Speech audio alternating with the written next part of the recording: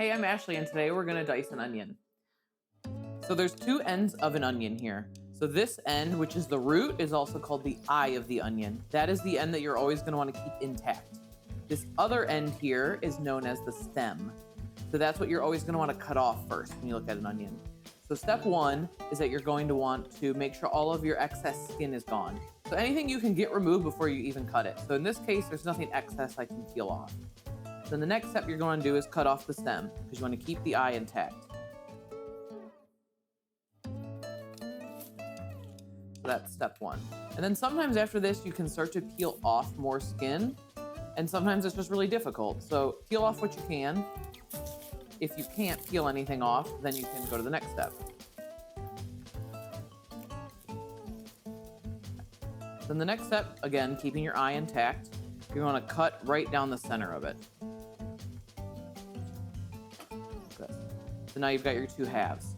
So then this makes it really easy to also peel off any more excess skin.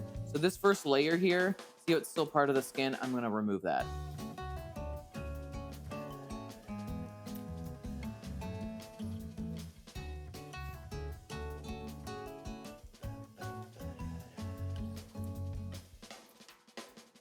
All right.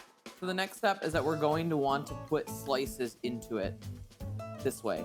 So now you can also do them this way, kind of horizontally. I don't necessarily think that's required though. Unless you're looking for a really, really small dice, you can do it this way, but honestly, you really only need to do it this way. So I'm just going to come in, put all my cuts in. Now, one thing you'll want to do too is, like, the eye is still intact. So like I didn't cut all the way to the eye here. And that way, when you get to the very end, that eye is easy to then just throw away. So then what you'll want to do is just line it up here. And cut.